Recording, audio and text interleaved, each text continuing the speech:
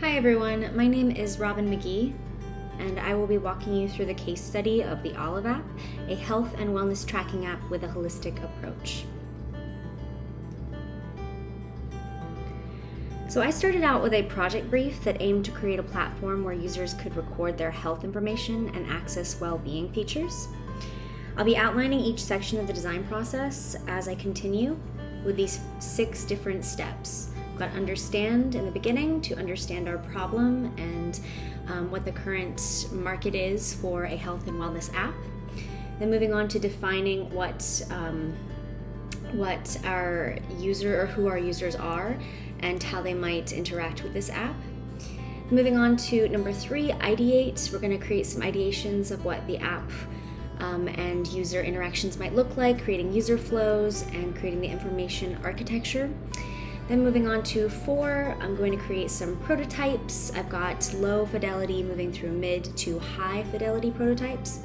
And then moving on to number 5, test. I'm going to show you some user testing and interactions with the application I've created so far and how that's going to move on to number 6, and I'm going to refine those iterations. I'm also going to have a style guide at the end for other people that are part of the design process to hand off to.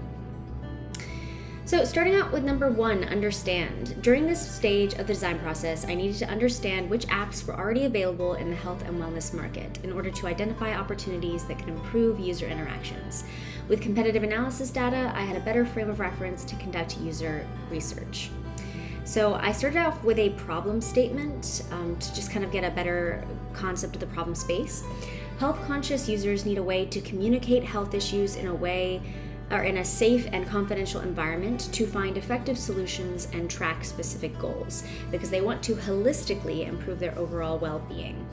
So in order to know whether my app is actually doing what I'm designing it to do, we will see users using this app to better understand their health concerns and using it to effectively track their health goals. So overall, I wanted this app to be just a resource for users to track whatever their personalized goals were.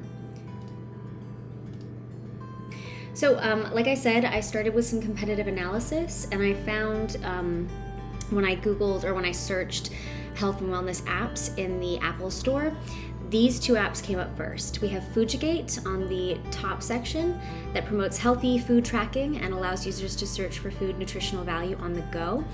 It had a little barcode scanner that I will talk about a little bit later on that I really liked.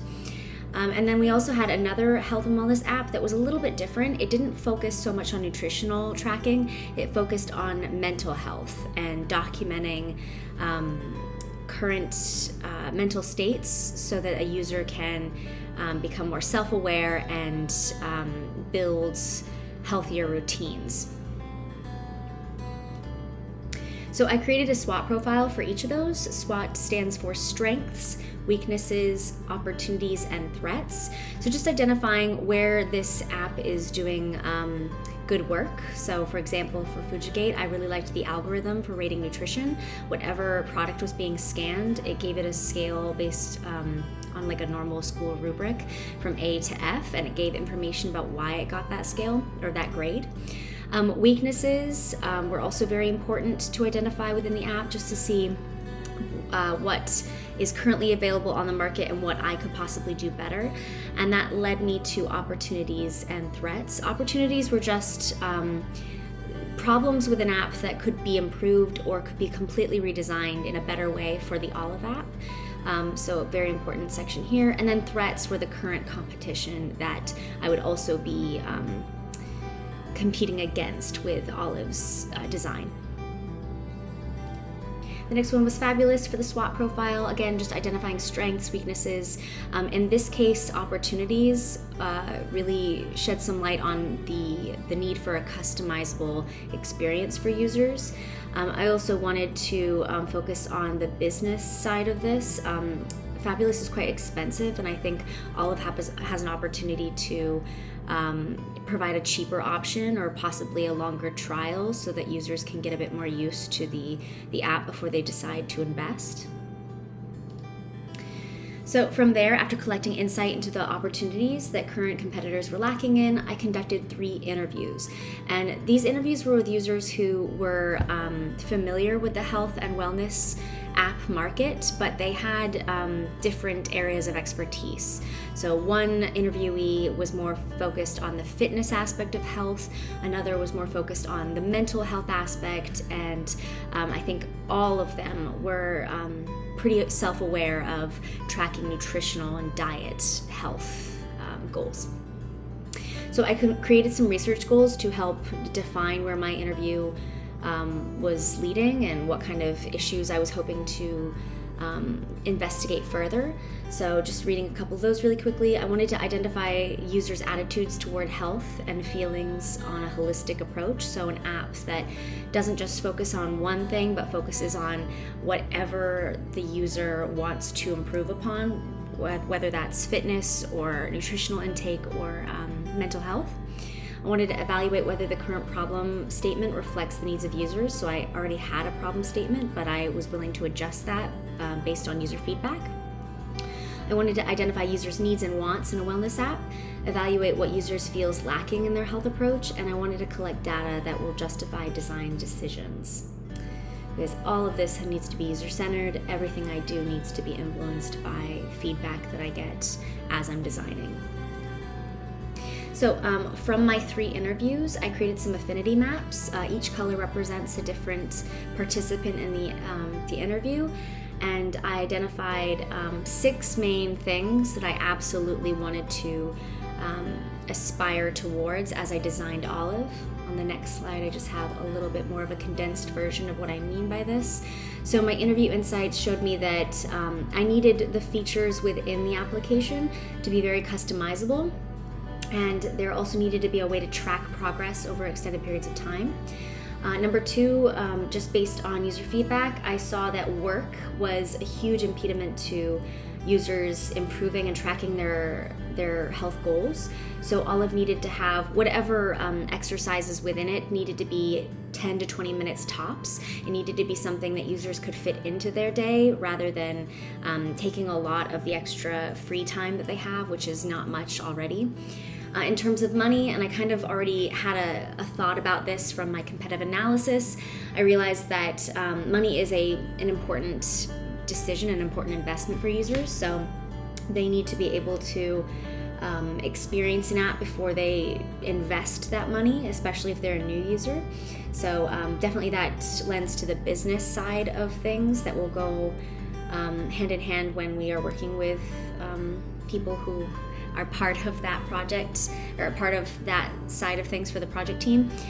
So money's important. Number 4, gamification. Sticking to health goals is not easy, as it was noted by the users, so they wanted a way that would make sticking to goals more enjoyable. So some kind of aspect there that maybe would be a discussion with developers. Number 5, attitudes and motivations, adding a feature to Olive that allows users to share their health journey and seek advice from fellow users. Apparently, according to my participants, is a huge motivation in staying on track, so allowing a community feature within the app. And then finally, number 6, information credibility. All of my participants mentioned that there is just a lot of health information out there that's not necessarily credited by professionals. So certainly when we're working with other parts of the design, we need to make sure that this information is very credible and scientifically based. So that was the end of the understand phase of the design process that I went under. The next stage is number 2, define. To keep my design process user-centered, I created 2 user personas that were essentially amalgams of the participants that I'd interviewed, and they reflected the different needs a health and wellness application needs to meet. The user interviews I conducted guided the amalgams of Afia Ismail and Eric Hernandez. So I've got their profiles just here. Here's Afia, and Afia actually became my main persona. She is a single nurse who wants to volunteer more of her time at the local animal shelter. However, she's dealing with mental health issues. So I outlined her goals and needs in a health and wellness app, her motivations for engaging with an app like this, the frustrations or pain points that usually stop her from sticking with an app like this and improving her health, and then everyday activities, kind of reflecting a busier schedule so we can see the necessity for shorter exercises within the app. I've also got Eric Hernandez, my other user persona, again just outlining his goals, needs, motivations, frustrations, everyday activities. And then from there, I mapped out user journey maps. So in order to understand the motivations and mental processes of all those potential users, I created user journey maps to identify how they might interact with the application and how they might accomplish goals and tasks. So just identifying pain points was the biggest realization I had with outlining these user journey maps, and it was very informational. And it led me on to the next stage, number 3, ideate. In order to keep my user personas at the heart of the design process, I needed to outline how they would interact with Olive based on their individual needs and goals by using user flows. I considered possible circumstances to map up their journey through each action within the app. This helped me outline a sitemap that would be the initial skeleton for low fidelity wireframes. So just getting a basic outline for how the navigation of the app would work. So first with Afia, I just got a little bit more information about her so that I had more frame of reference to really consider her a real person that would interact with this application. And then I outlined her user flow from the beginning of opening the app all the way to, in her case, recording her mental health, because that's a larger concern for her and why she would need to use Olive. And then I did the same for Eric. He's more fitness oriented, however, he's also dealing with some mental health issues. And since the entire approach of this app is approaching health in a holistic way, he's going to be looking for fitness things, but he may also be a user that is interested in searching for mental health exercises and helpful tips. So here he is opening the app all the way to saving a fitness routine to his goals or his daily objectives. And from here, I started to create the sitemap. I conducted 2 card sorting studies to gain insight into user perspective and categorizing the information architecture for the Olive app. The first card sort was open and the second one was closed. So just to show you the original sitemap first, before I show you what the card sorts revealed to me, I just started with a basic outline where the home page was. I needed a profile page, a diet page, a fitness page, and a mind page. And then another important page was going to be the community aspect based on user research, and then a generic settings section. So the first card sort was open card sorting. I had 11 participants. I used Optimal Workshop to do it, and there were 20 cards in all. So just a little bit about the statistics. My results matrix yielded this information you can see here, just grouping similar ideas. Since it was an open card sort, I didn't have names for each category yet. I wanted to see how users would group things before I moved on to that section. And then based on these findings, I decided I wanted to get a more, I wanted to get confirmation of what these groups should be called. So I conducted my second card sort, which was closed. I only had 4 participants in this case, and I did it in person. This is just a picture of what that looked like. Pretty definitive results based on the test, and I just grouped everything within a results matrix at the end, and that gave me my profiles section, my mind, my fitness, my diet, my community, and settings. So each card sort was grouped based on the thought process of at least 75% of the participants, so pretty definitive results. And I had new findings for a new sitemap. So this is what the new one looked like. Just kind of moving things around a little bit more, but I had a pretty good idea of what was going to go into my initial prototypes. So let's move on. So number 4, like I said, is prototype. Upon gaining insight into how the layout and navigation of Olive would present, I started drawing up low fidelity paper and pencil wireframes. With those for reference, I used Balsamiq to create mid-fidelity wireframes that would outline a clearer picture of what I envisioned for the application. I prototyped 3 user flows that I considered to be core features of Olive's purpose. So again, remembering that Afia and Eric are the user personas that we were designing for. Afia and Eric both want to improve their health, and by making the goals feature with both write-in and menu options available, goals can be relevant for newer and more experienced users. So I already knew I wanted the main feature of this application to be tracking goals, and then the subsections would be what those goals were. So just giving you a little look at what my lower fidelity wireframes look like. Like I said, paper and pen and pencil, just a basic outline of the homepage on the far left and how they're going to get to the goals. I wanted to make goals a larger section. I wanted to make it, to give it hierarchy power, so I put it near the top. When clicking that page, you're gonna have an entire goals page. I wanted to draw how a user might edit their goals, how they could pick from a list of different things broken down by fitness, mind, diet, and then just a page with a little bit of an error prevention here to add a goal. So entry point was the home page and success criteria was a new goal added. As I moved on to mid-fidelity, I used Baselmat to do this. I gave a little bit more of a clearer picture of what I wanted this page to look like, and it's just a little bit more identifiable what these categories are here when you do a drop-down option. So that definitely gave me a clearer view of what I was designing. And then I moved on to high fidelity wireframe. So this is just a view of how the fidelity increased from the home page. With my balsamic wireframes created, I moved on to Sketch to translate them into higher fidelity prototypes. This was when I started to pay more attention to integrating universal symbols for the icons and creating a more realistic user experience when interacting with the application. So as you can see, generally same layout of things. I just have some icons created and I have a bit more of a clear view of what that goal section looks like. So we can see the progression of entry point homepage to success criteria, new goal added in a higher fidelity view. And again, I was using Sketch for this. So as I progress, you can write in, you can choose the menu option, basic same outline as the mid-fidelity. So I needed to identify 3 core features for what I wanted my app to focus on first. So I already knew I wanted to add personalized goals, but I also added searching for health tips from the community page, since from user feedback I learned that the community aspect is such an important part.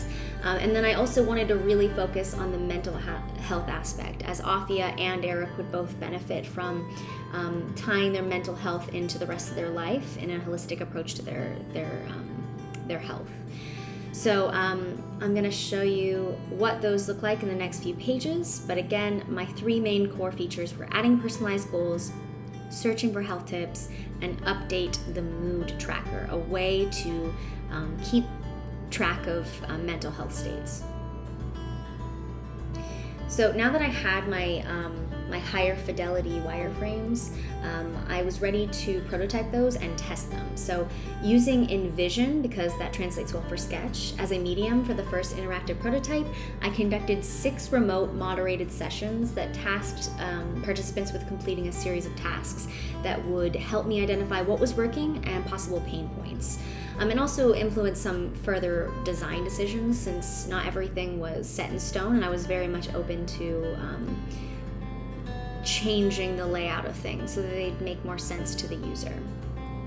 This feedback shaped further improved designs and helped me catch errors before they became much harder design problems in the future. It was very important to test early just so I could get this very good view of what was working and what wasn't.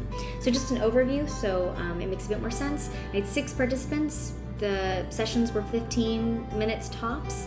Again, it was moderated, remote, due to COVID-19. I just wanted to make sure that we were socially distancing, and I used Google Meets and Zoom to host the interviews.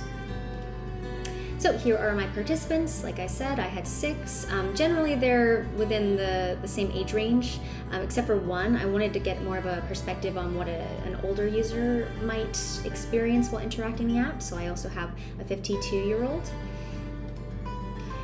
I conducted these interviews with open-ended questions and a script that was uniform for every single one. And I broke down the information I received into observations, positive quotes, negative quotes, and errors. I used a rainbow spreadsheet method to do this. So every user has a specific color where they fall into each section. And then I rated their comments based on Jakob Nielsen's usability frame test work. So as you can see here, I just broke down errors, observations, and those positive quotes and negative quotes. And by breaking up user comments into general observations, errors found, in positive, negative, direct quotes, I was able to identify iteration solutions, as well as gain insight into potential opportunities. A lot of my users were very vocal about what they thought might improve the issues they were seeing, and I definitely took that into account in my notes section.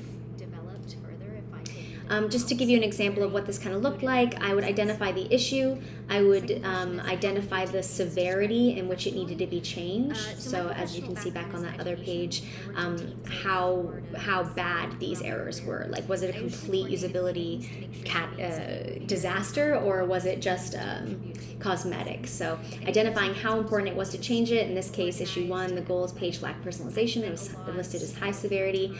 I created a menu button to change that, and also I wrote words underneath the icons for better accessibility and just for helping the user identify exactly what they need to do. I also added some directions at the top because it wasn't entirely intuitive to every user. And this was all based on the number of participants who cited the issue and changes were made. So I did that for several different pages. There's one for the tour, there's one for the home page, and there's one for the mood tracker. There were so many questions and suggestions. After implementing those changes, I also wanted to get some further data, so I conducted a preference test to improve the onboarding process of the Olive app. I decided to add more detail to the 4 onboarding screens that would let users know more about what the user's purpose was. I got lots of comments in the beginning when I was starting user testing that they weren't entirely sure the purpose of the application, so I thought having a version that is more communicative about that might increase the likelihood of gaining a larger user base for a new app like this. So I had 11 participants participate in the preference test, and it was unmoderated remote test, and I used Usability Hub to do it. You can see what the slight differences were here. I've got onboarding A at the top and onboarding B at the bottom. Generally, you can see there's more visuals. There's also more information about what's inside the application, and I wrote comments along the side. So the preference test revealed the vast majority of the participants preferred a more descriptive onboarding test. Some people liked the minimalistic approach, but overall there was a lot more support for understanding what the app can offer you before having to explore it further or give away information. So that was part of the test section, and then we move on to the most extensive and time-consuming section, which was refining. In order to gain insights from a user designer perspective, not only users, I shared my acting prototype on Slack.com with 3 colleagues. The feedback I got helped me identify inconsistencies, possible design solutions, and accessibility features that would improve the design for potential users. So a lot of really great advice was given to me during this portion of the design, and I found out a lot of different ways to try new ways to present this information for users. So just an example here for that first slide, you can see Olive changed a lot. I created shadow behind the icon, and I also grouped the branch with the name to give it a bit of a cleaner look.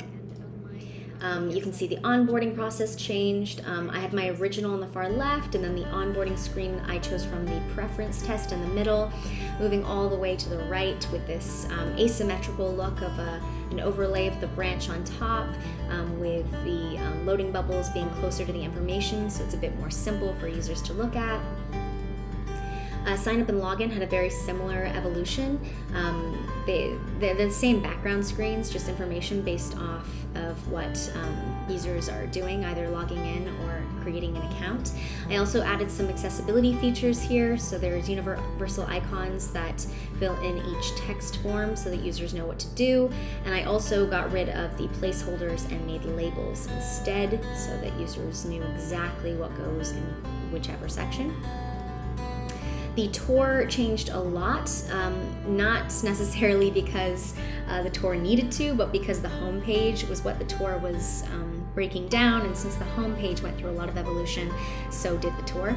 The largest improvement I have is in the far right, where you can see a go back and got it button. This really helped users who wanted to go back to information that they may have gone through too quickly. That was something or a decision that was entirely based off user feedback.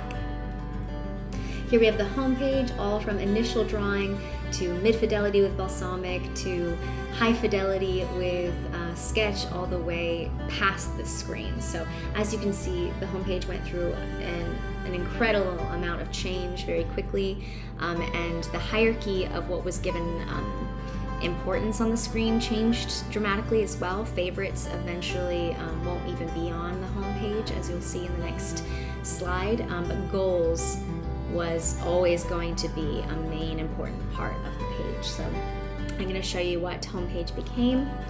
Here it is. Now a user can make their background, their entire picture. The goals takes precedent, and we've also changed the bottom screen to have, or the bottom navigation to be more minimalistic and less clustered. The user can also get to favorites. They can get to this little book in the right-hand corner, which is their journal, but it doesn't take as much space in the screen because the main important thing here is the goals. The mood tracker got a lot of change over time. The initial design for the mood tracker stayed present throughout the entire design process. The first wireframe created the skeleton that led to what it became in the far right. In general, we changed the number of clicks users needed to engage in. So rather than in the middle screen where they input today's date, now they just have to adjust the date. So likely less clicks for the user. Also increase the color scheme, just adding a bit more here. At the bottom right where there's an arrow, you can now see on the far right updated wireframe that users can see where they're going next. So some destination awareness right there. Search community, this also went through a lot of change. We've got our initial wireframe on the far left all the way to the far right, where it's just more visually appealing. Results are a bit more clear for users to look at, and the fidelity has increased dramatically. And then final flows. This is where we can see how a user engages from the beginning of the entry point of a user flow all the way to success criteria. So far left, we can see how they see the onboarding screen, how they get to the login section, and that screen right here that I am gesturing to has just a verification pop up here so users understand whether their information is protected and what's going to be happening. Got verification of account information, so for privacy protection, and then their account is activated here. For the final flow of a mood tracker, they open up the main page, they pick the mood tracker. From there, they can adjust the date if need be. They can pick their contributing moods, go to the journal entry, and they can write in that entry, and they can save the entry. So every single time, there's always a little clue as to the destination to the next page. There's always a way to go back if a user wants to, and there's little notifications to tell them that they have updated whatever they have saved. Final flows for adding a new goal. In this case, users have a variety of options in how they want to do that. They click on the plus button when they first start, and they can either type in a goal manually, like here. They can view menu options with this drop down. They can view from mind, fitness, or diet. And then option 3 is to simply click that initial create new goal, click the icon that corresponds, and we've got some placeholder text here so they have an idea of what kind of goals they can create, and then a little notification that their goals have been updated. And the final one is search health topic. So this was an important part of designing Olive because users told me that they wanted to know more information about their health. They wanted a way to share that information with their community as well. So in community posts, they have a few different options on how they may want to look for a topic. They can view the menu, trending articles, Olive chat room to talk with other users, or categories of topics if they're not entirely sure what they're looking for. They can also search manually right there in the search button. And you can also see we have an accessibility feature here where they can speak into the microphone. And then articles also have a read text accessibility feature for better accessibility for the overall app. So from there, I created my style guide for easier handoff to developers. And that we can just find that here. We've got our color palette, pretty simple color palette scheme. I chose green because it's associated with health. It's associated with nature, and definitely these are the kind of themes that we want in a health app. Pretty easy typography, all the same font here, and generally casual use of the different sizes. We've got our UI elements here, and we've got our icons. So I've got the Explore Olive prototype right here for anyone who would like to explore that further and interact with the app. Just some reflections here at the bottom.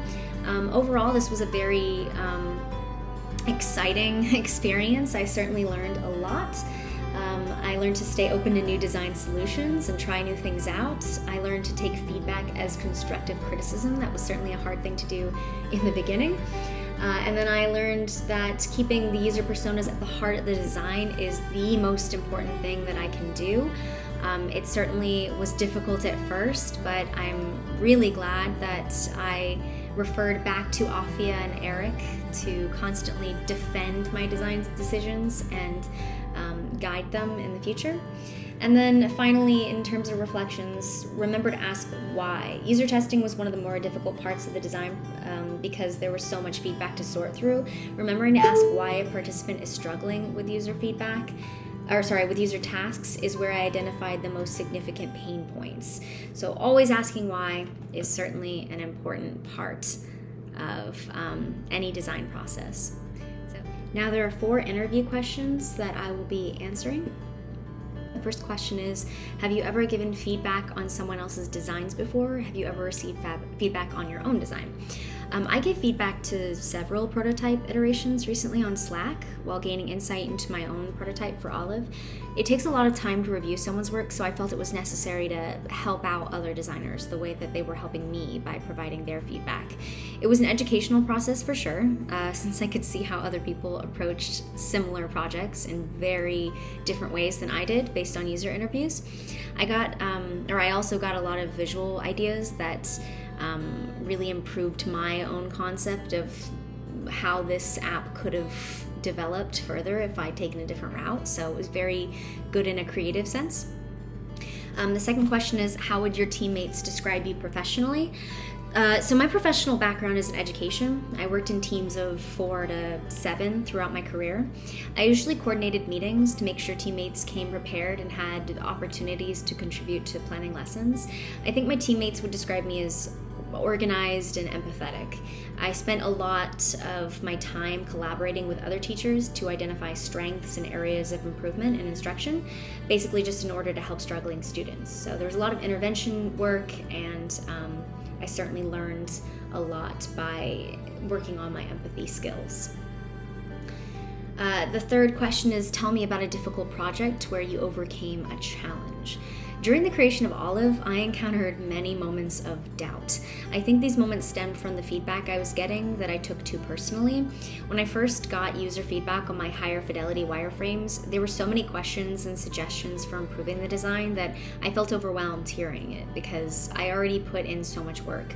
Getting used to having my work evaluated and critiqued has become an easier process the more I get exposed to it, because now I can see the benefits of the feedback.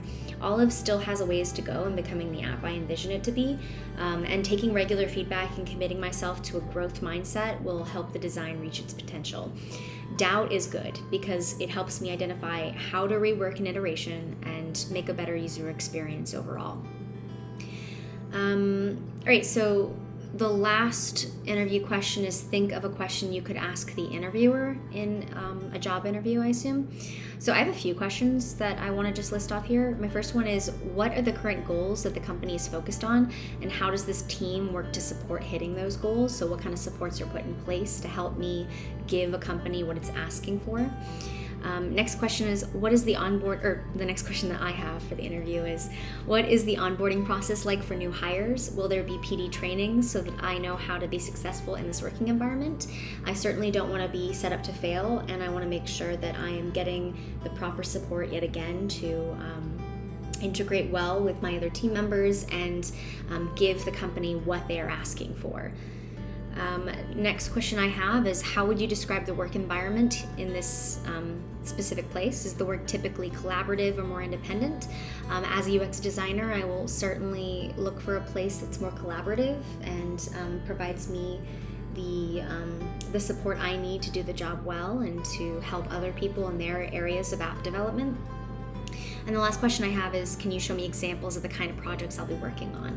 I certainly have a preference. I like projects that are health-oriented. I like educational tools. I think that I would do my best work working on something that actually does inspire me. So I'd want to see the kind of projects that a company is working on and the kind of goals they have for those projects before I'd really be interested in working with that company. So that is the end of the interviews, and that is the end of my video. So I hope you enjoyed it, and thank you very much for listening.